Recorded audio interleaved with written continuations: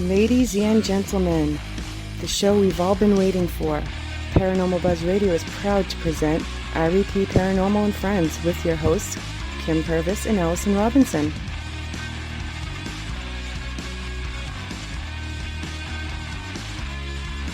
Live every Thursday night on Spreaker, 8 p.m. Eastern, 7 Central, 5 Pacific. Be sure to check out their Facebook page, REP Paranormal Busters.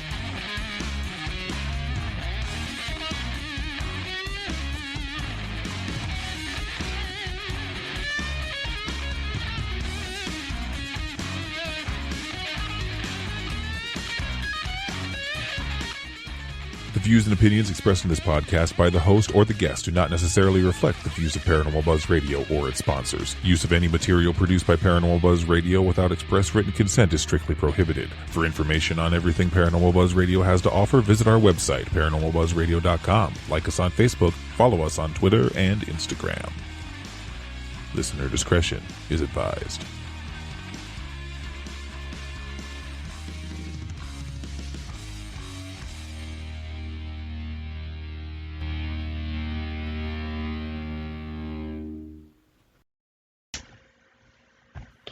Hey everyone, welcome to another episode from REP Paranormal and Friends. We have a very special guest that's going to be on here. I'll give them an introduction here shortly, but this is something new that we have never talked about on the show before, so it's going to be an awesome topic, and so I hope you guys all enjoy. But our guest is kind of known as the vortex detective, and you've written many books. Welcome, Dan Shaw, to the show. Welcome. Thank you. Thank you very much. Yes, absolutely. I am super excited about this. This is a whole new topic for us. I've seen some shows talking about it on TV and things like that, but I've never actually sat down and researched it all. So how did you come about all these vortexes? How did you get into this? Well, that's fair to ask me first, but I should start perhaps by saying that I consider a vortex to be a paranormal place. Mm-hmm. Okay, so any place that seems to contribute to paranormal or psychic activity, yeah? So I did not just fall into a vortex, but I have a lifelong compulsion to explore new places, and never really felt at home in my own family of origin, and happened to start to meditate around age 7. Started meditating and having psychic and paranormal experiences. I found a way to go into a meditative state by gazing at a very dim light. And then around age 14, I had an encounter with a UFO.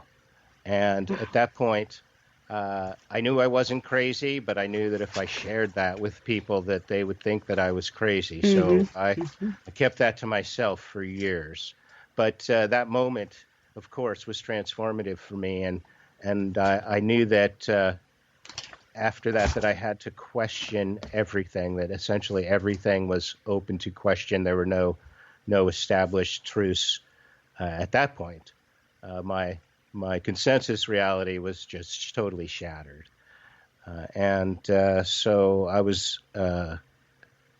then I was not didn't become obsessed with UFOs, but I knew that I didn't understand what the meaning of that encounter was.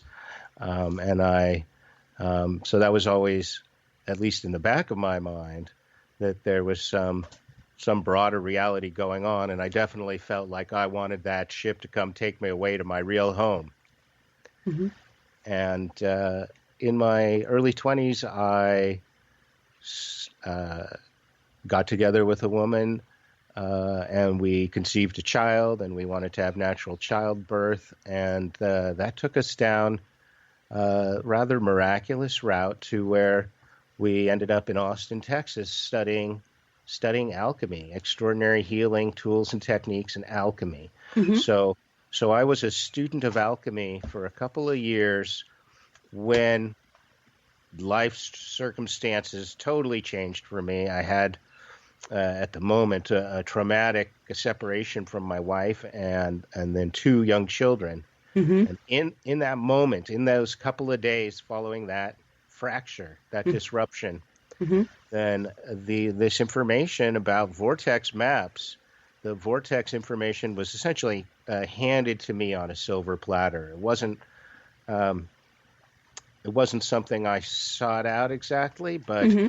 I was in the Mount Shasta area. I was had the idea to go from there to Tahoe, and the woman who I was taking refuge with, the community I took refuge at, Mm-hmm. in Northern California. It's called Alcyone. And Galadriel said, have you seen how Tahoe and Shasta are connected? And that was the moment when my focus shifted from a broader alchemy to a narrower alchemy, which is geomancy, which to me is all the same principles, foundation.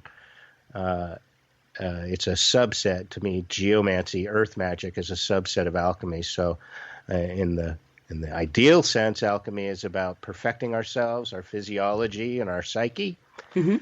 And so the same for me. The same is true of working with these earth energies, just like we would work with our subtle energy body, or acupuncture, or Reiki, or whatever it is. Mm-hmm. For our physical body, there's this unity between our physical body and the planetary energy, the geophysical energies, the electromagnetic field, and all the other energies in which we are immersed.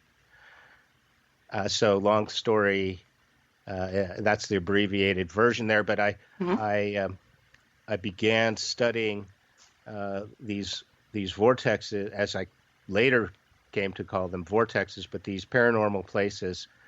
And I took it as, this was delivered to me as a gift from my guides and angels. Mm-hmm. And so I take it on as my mission. It's not my day job, but Mm-hmm. there's nothing else I'd rather talk about than paranormal places. And part of the way I do research is I talk to people like you who are you're in your place and you have your experience. And I want to be sure and ask questions of you as well. Please, if you have experience of, and everyone does, but they perhaps haven't identified it exactly as, this is like a vortex, it's a paranormal place. You must have some similar experience of that, whether it's a haunted graveyard, hospital, battlefield, whatever it is. So please, if you have some experience, I'm sure it would elucidate the subject. Oh, we've had quite a few experiences. Since we go out to different locations where something tragic or sad may have happened, or nothing at all has happened there, but we still get these experiences that we cannot explain, like Malvern Manor. We've heard disembodied voices. We can't explain how this doll came flying feet first off of a dresser at us. When its head is heavier than its body. So yeah, it's top heavy, but it came feet first and the legs shattered off the doll. But now, yeah. Stop short. Sorry. Nope, you're okay. To associate that now, like Malvern, that's a place. Yeah. Associated with a place. Those spirits there seem to be, the vortex, the paranormal aspect seems to be man-made. Mm-hmm. Yeah, there's some element of like magic and the mental etheric realm manifesting, and we want to note that, but also contrast it with places where it's the earth itself that seems to be generating paranormal. So go on. Well, I mean, another place is the Cambry House. Now, the energy outside there on the land is very strong, and it feels very old to me. But we also know, after being there, that it was some Native American land, too. But you can definitely feel a strong older presence there, which felt very different. I don't know how to quite explain it, but that's what it felt like. Like, it felt like more the energy was coming from outside than the actual building itself. If Very that good, makes any very sense to you. Oh, for sure. You're talking to the right guy in those terms. For sure. Yes. So when we're detecting vortexes, we're looking for places where there was human activity, where humans were attracted because it had some spectacular natural features, perhaps, maybe cliffs or mountaintops or whatever it might be. And we're also looking at the landscape itself, what's on the surface. We can see what's on the surface, and what we can't see below the surface as well. So when we go to investigate a place, I'm sorry, I'm getting a lot of background noise. Oh, It's the cat. it might be her cat. Oh, okay. Well, I know there's nothing you can do about that. Yeah, no. She being a pain in the butt. Gotcha. So just to pick up there, Yeah. as you go from place to place and you are investigating the place, you're naturally interested in essentially the history of human activity there. And then there's prehistory as well, because maybe we don't have the oral tradition or the memory of what the indigenous people were doing there. But I would suggest that if you consider the possibility that you have what you need to sense the energies of the place itself, of the land itself, you can heighten those abilities. You can strengthen your sensitivity to that. You can drink spring water there if that's potable water. You can eat local edibles. You can focus as you breathe in the air. You can visualize breathing in the colors of the landscape there. You can notice that the natural environment there is all in these harmonic geometric proportions that help harmonize your brain waves. You can take off your shoes as you enter in a sacred place and connect electrically to the ground there and get a profoundly different, a more connected experience of the place. So there's kind of a whole toolkit available to you to take a look at the landscape itself. You can look at magnetic maps.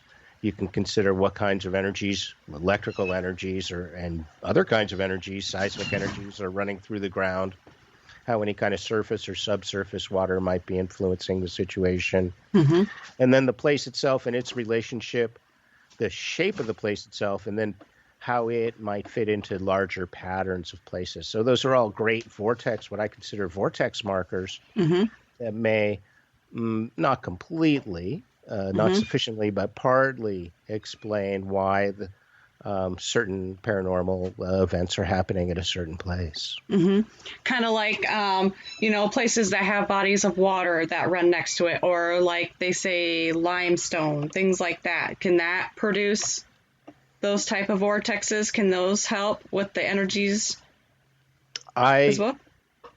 I became interested in vortexes some 30 years ago now, and then subsequently went and got a degree in geography so I could hopefully better understand and explain what's going on. I consider what I'm doing to be the science behind Earth magic. So when we look at any kind of landscape, if there are all kinds of contributors to the overall electromagnetic field, which is highly complex. So, for example, limestone, while we don't think of it like quartz crystal, it's not. We don't think of it as being a particularly energetic material there. It does tend to dissolve very readily, and so you might more likely have kind of underground passages of water. And we think of seawater as being, it's salty. It's going to be there's going to be electrical currents in the water itself, as well as the water is going to be not magnetic itself, but it's going to be receptive to the magnetic properties of the surrounding environment.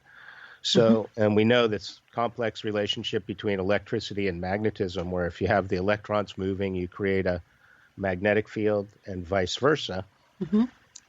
So as since our cellular body, our electromagnetic field, by whatever name, aura, whatever you want to call it, chakras, Mm-hmm. since we are immersed in this tumultuous, churning sea of electromagnetism, we're not separate from it. We're unified with it, and we are sensitive to it. It affects our physiology, everybody in different ways, Mm-hmm. but we can, some people will sense it like, ooh, it feels colder or warmer, or some people feel like a tingling.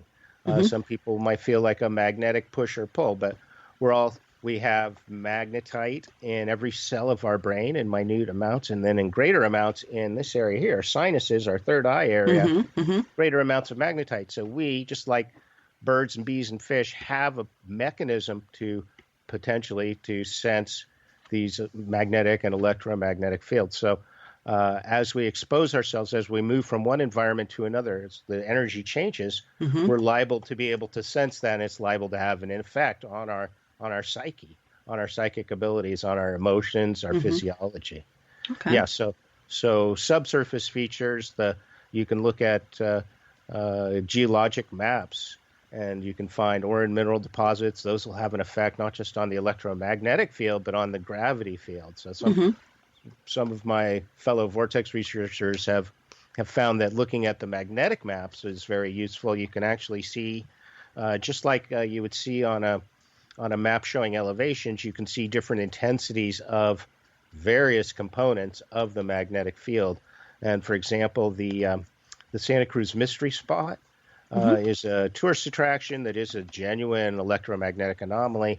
Mm-hmm. It's very near a magnetic high in the Santa Cruz Mountains there. So it's a very, the electromagnetism, the geophysics, to me, doesn't fully explain Mm-hmm. vortexes, because there's this component of magic and consciousness, but Right. it's a very rich place to begin the discussion or to start to do research. Okay. Very nice. So, with all these energies that you're talking about now, and you said you can kind of you can kind of tell when these energies might change. When I go into a place, sometimes I can feel the hot and cold, but sometimes around other people, if I get around other people, like they give off, I don't know what kind of energy it could possibly be, but I start to get really lightheaded or dizzy. And sometimes different places have that as well. Now, would that be something to deal with? Or what would you say would cause that? Well, if I'm hearing you right, Uh-huh. you're saying that the people themselves Mm-hmm. are influencing the phenomenon. Of course, we have the observer effect, right? Mm-hmm. Mm-hmm. Yeah. So for several seasons, I was a guide at the Montana Vortex. Okay. And so I was there over a long period of time, long enough to observe, and doing repeated experiments throughout the day, long enough to observe that there was these cyclic time cycles of the vortex phenomena, and also long enough to see that when some people came in, they seemed to heighten the effect, Mm-hmm. and some people just seemed to shut it down. Mm-hmm. Mm-hmm. And so I have this direct experience of how people do influence the vortex itself. Okay.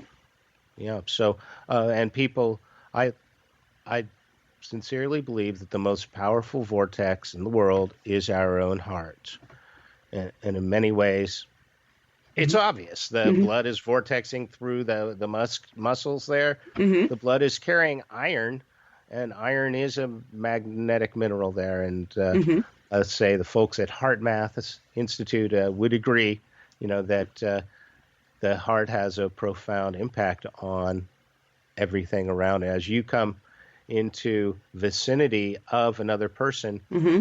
you two are not separate. Your electromagnetic fields are going to be overlapping. You're going to be influenced by that person, and in the same way that we are influenced by our environment around us, Mm-hmm. because it's not a handshake relationship at a distance, but it's a relationship of unity. Mm-hmm. The place is also influenced by our presence there. Okay. So our energies could influence when we go to some location. We could actually be influencing that area to be more heightened with activity. I would say you can't avoid influencing the place. If you go in, let's say with shoes on, with insulative soles, you're going to essentially have less of an influence on the place. The electromagnetic field changes with elevation. Yeah, just like your lightning is more likely to strike a higher place. Mm-hmm. If you go in with shoes off, if you make an electrical connection to the ground, then essentially your electrical field is just like a bump of dirt, and it influences the electromagnetic field around you differently than if you're going in with insulated soles. You're going to have a different experience.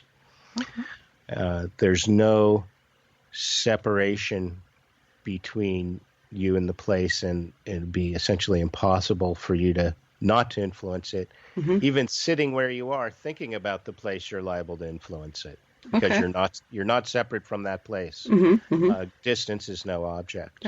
Okay. So if we go outside and ground ourselves, that could also influence the area too.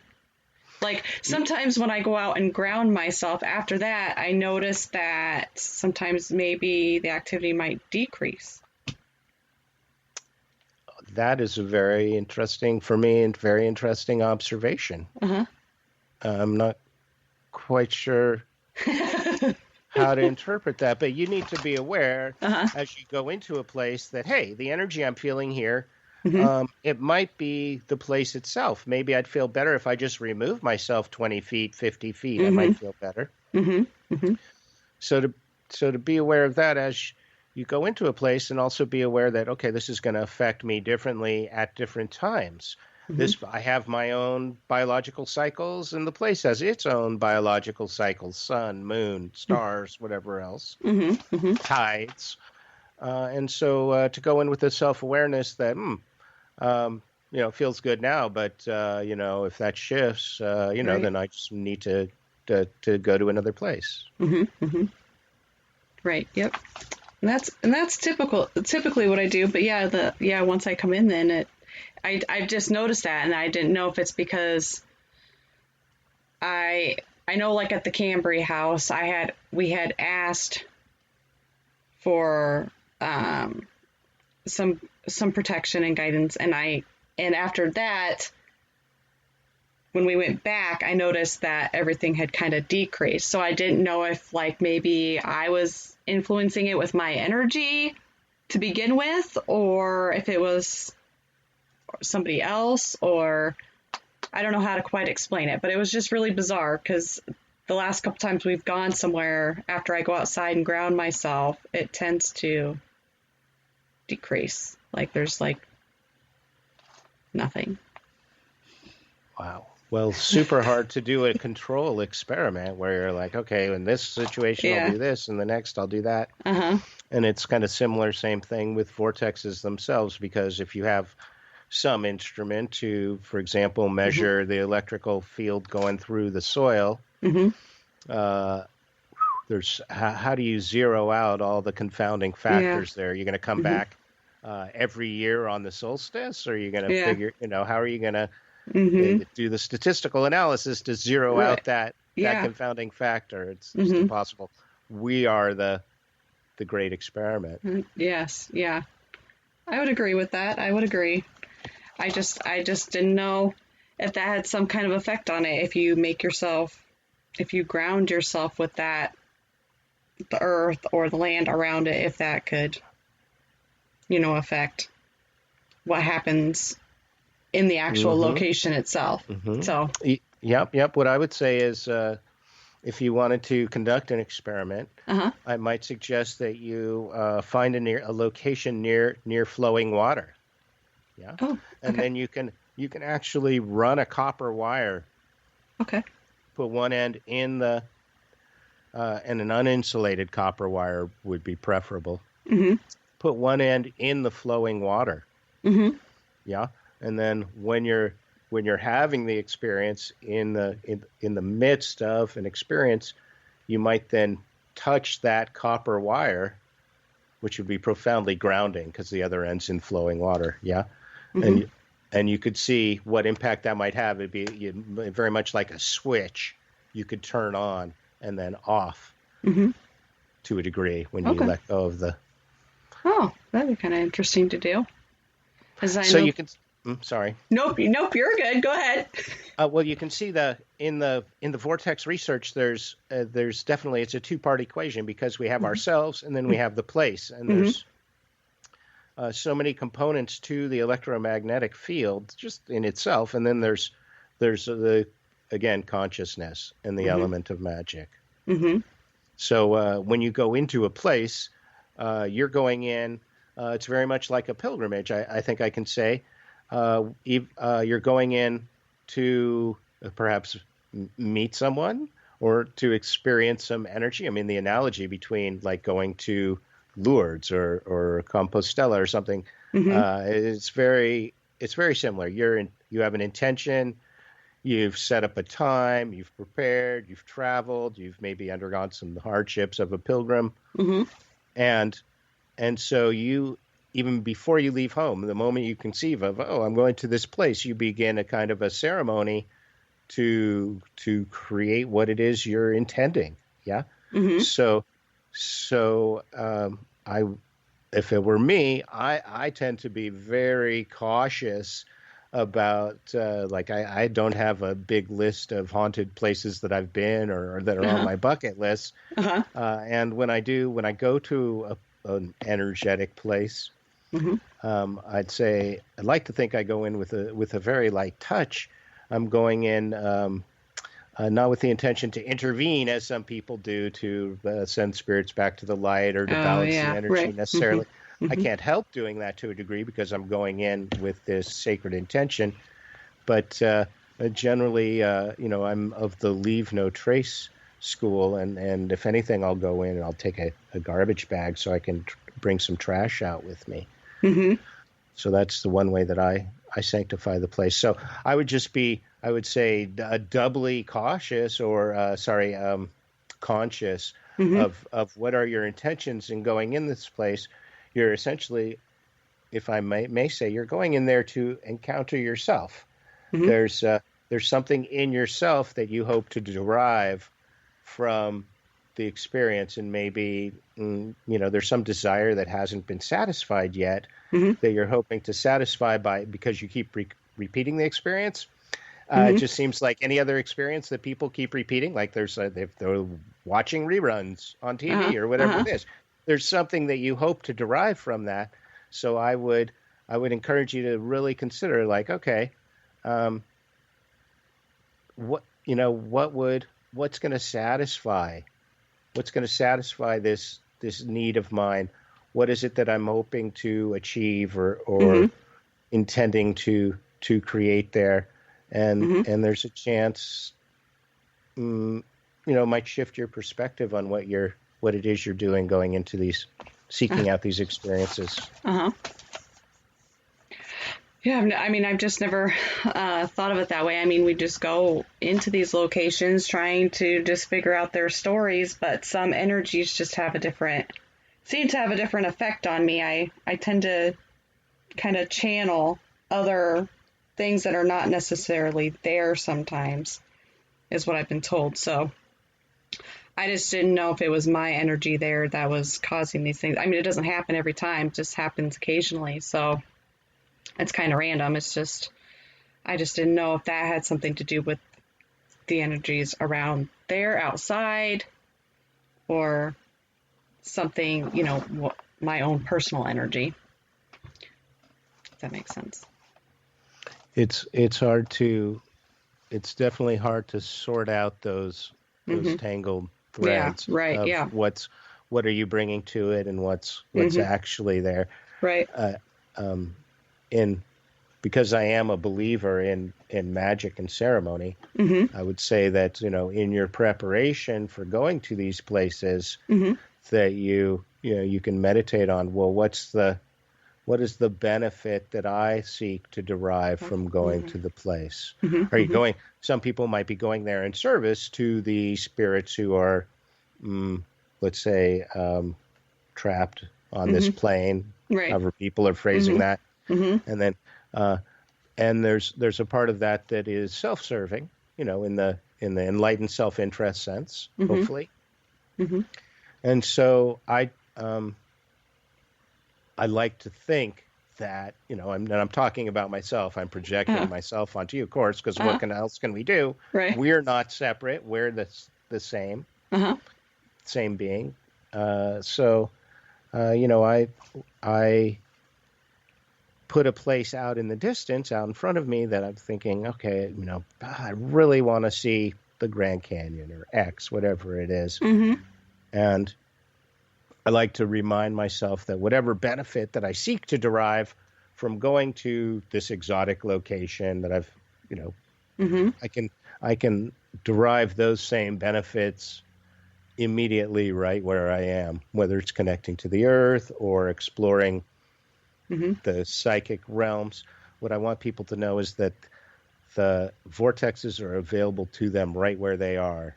Everywhere there's these energies, these infinite energies that are available to us for our psychic opening, for harmonizing the planet, for healing our bodies. So, pick your next destination, and you might see how much benefit you derive before you even leave home. Oh, okay, very nice. That's one thing. Yeah, I've tried to meditate, but I feel like my brain is just always constantly, going. Like it never shuts off. It doesn't shut off when I sleep. I'm constantly. How do I get to that mindset to be able to do a meditation? Like, it's something I've wanted to do and I've tried, but it's like my brain just can't. It's like going 1,000 miles an hour, and I can't get it to. I think 80% of us have that experience, that we're meditating because we really need to meditate, not because we just drop into that state so easily. I find it's very useful to broaden my definition of what meditation is. So often people, they'll be in the zone doing their cooking or their knitting or whatever it is, but they don't associate playing chess, whatever it is, but they don't associate that with meditation so much. So I think it's helpful to broaden out what we think of as meditation, and you can, perhaps it's your yoga as an active meditation, or perhaps you're more of a visual, gazing at a candle, something like that. That might be better, or you might think of a technique where you have essentially a 4-square room or building, and you've got a different piece of fruit in each of the 4 corners, and you're going from one corner, one piece of fruit, to another, and you're focusing on these 4 different things in sequence. That can be a more active, kind of engaging kind of a meditation that kind of distracts the monkey mind a little bit. And there's these places, these vortexes, these paranormal places. These are exquisite places to support you in your developing your psychic abilities. So when you're going to these places, I would expect that part of it is, it's a cheap seminar. You are honing your psychic abilities. And some people might be using a pendulum or dowsing rods, or some people might be using no device at all. But again, honing our psychic abilities. Right. Yep. We kind of do that a little bit. We use our senses when we go. I like to sit in a room by myself and just feel the room out a little bit before do anything. Right. So yeah, that's good to know that there's different types of meditation. So maybe if I do a more active one, that one might be a little bit easier for me, because like I said, my mind is always racing. I'm always on the go. So something that I could do might help me a little bit, I'm thinking, to clear my mind, especially before we go to a location like that. Excuse me. One of the things okay. that you can do is you can focus on maps. Oh, Find okay. these images of these maps. Uh-huh. And this is, let me see if I can get you a better view of this. This is the map of Western North America, Uh-huh. the vortex map. It's 19 points form a nearly perfect circle around the Wow. Grand Tetons. Every one of those points is the largest mountain or body of water in its region. Uh-huh. It includes Shasta, Tahoe, Sedona, Rainier, Lake Louise, etc. So knowing any of those points on the periphery, then you can draw that circle around the Grand Tetons essentially on any map. Oh, okay. And when you see this one at vortexmaps.com, Right. you'll see that it's very much like a mandala, that it's a circle composed of 19 smaller triangles. Oh, okay. And while I'm at it, mentioning my website, I'll mention Yes. that I'll answer every email.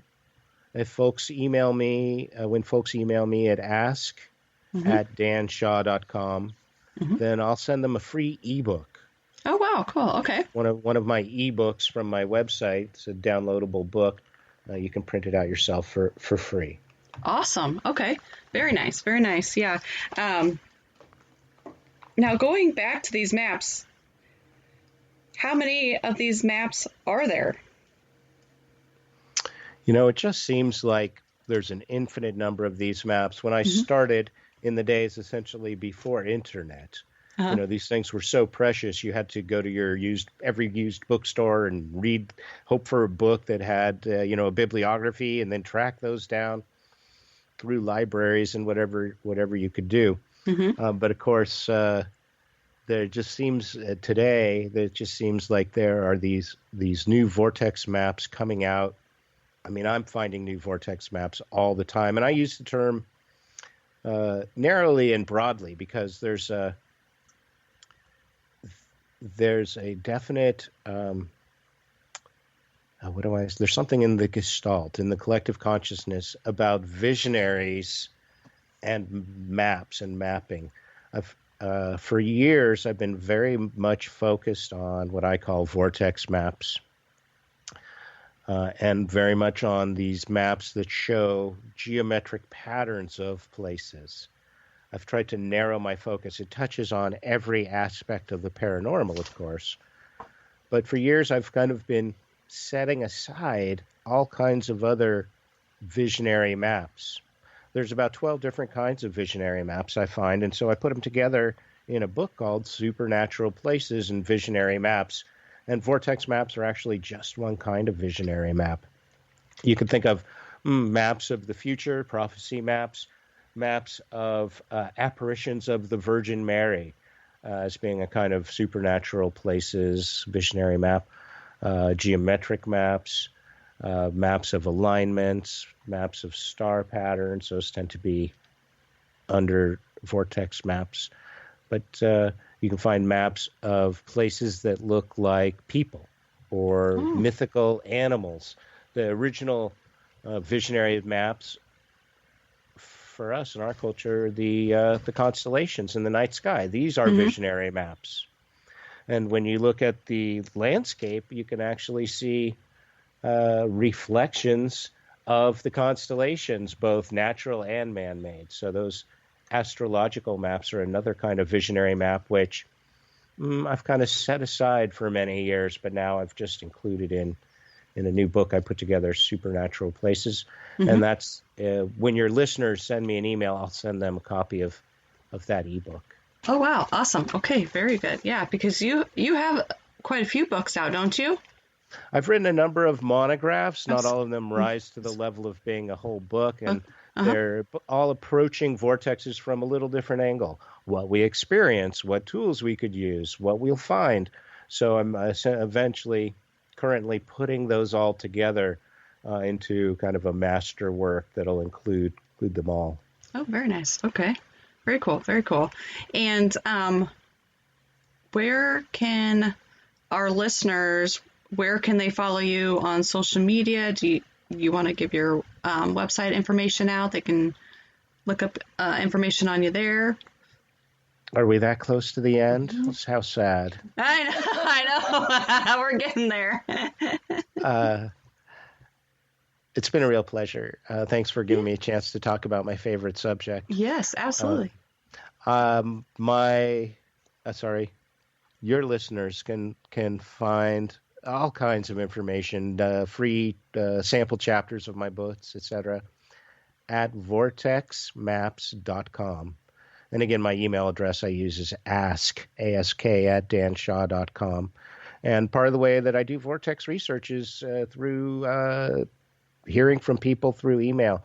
So don't hesitate to reach out to me. I'll answer every email. I don't have all the answers, but you may ask me anything. I'm still engaged in this subject because it remains a mystery. Right. And I don't have all the answers, and I learn something every day. Mm-hmm. Everybody has something to teach me about their local place, and it's a continuous voyage of discovery. Yes. I mean, all of this, anything is a mystery. I don't know if we'll ever know all the answers to anything in this world, which is quite interesting, you know what I mean? But we can still continue to try to find out more and more things, but I don't know if we'll ever get to the point where we find out everything. It's just... Well, I think curiosity is a mark of wisdom, right? Yep. We don't pretend that we've got all the answers, so we're Exactly. still curious. Yep. We're still investigating, and there's obviously there's more than meets the eye. We've got to scratch below the surface. So Right. Thanks for doing your part for that, and I hope that absolutely. Just the awareness of the influence that the place can play on the phenomena there, that when you visit these places, that you'll take maybe a little more geographic look at the place and what makes this place stand out from the surrounding place. Did you notice that, the smell in the air changed, or the direction of the wind, or whatever it might be? There's these subtle and profound cues to why people were attracted there, and the way that this reciprocal relationship about how people do things influences the landscape, and then there seems to be like this reinforcing pattern that the landscape then kind of contributes to the phenomena. There's this landscape memory. Right. Yep. Absolutely. I agree. And the next place we go to, we're definitely going to have to kind of hone in and see, kind of check out our surroundings a little bit more and see what could be influencing that area as well. So it's a new take on this as we go on to these locations as well. So it was a very awesome subject, very interesting. We'll make sure that we post all your information on our social media as well, so that way our listeners can find you. Do you have anything on YouTube or anything like that, or? I do at vortexmaps.com and danshaw.com. You can click through to my YouTube channel, where I do have hundreds of videos, but only a fraction of them, about 10%, are vortex related. And then I have a number of podcasts, so 20 hours or so of podcasts at anchor.fm. Awesome. And every podcast brings out a little different flavor depending on who I'm talking to. So Right. Yep. Yeah. It's been a pleasure talking to you. Now, yeah. When you figure out what your next target is, your next location that you're going to investigate, go ahead and send me, an address, and I'll go ahead and look at it. Okay. Even from a map, from the air, there's much you can discern. Just in the pattern of the way the landscape is and the way the trees grow and that kind of thing. And I'll see if I can suggest you. Maybe it'll be before you go to the place, and then again after. I'll see what we can identify from a geophysical vortex standpoint about what might be contributing factors, and even where the energetic spots on the property seem to be. Same as I would do for any kind of a landscape analysis that I do for the general public. Okay, very cool. Yeah, because actually on the 31st we're going to be heading out to a location, so I'll have to get you that information so that way you can kind of check it out. Yeah, absolutely. We'll see what we find. Yeah, because I mean this place has got some. We've been there before, but it's different, and it's different every time you go there. So it'll be interesting to see what what you think by doing it. Looking at it geographically. So it'll be very cool. I can't wait for that. So I'll have to get you the information on that. So Do. See what you think. Yeah, absolutely will. Once again, I'd like to thank our awesome guest, Dan Shaw, for being on the show. It was very awesome. Like I said, this was a new topic for our show, so it was very awesome. I know everybody's going to enjoy it, so can't wait for everybody to hear it. But then, like I said, next Thursday we'll be back on. So every Thursday, 8-7 Central on Spreaker. So make sure you guys all tune in, and we'll get all of Dan's information posted on our social media as well, so you guys can find him, check him out, email him, get those free ebooks. Very awesome. Thank you very much. Very awesome topic. And like I said, I can't wait to see what you think about this location that we're going to be going to. So Great. Thanks so much. yes, thank you. Okay, bye now.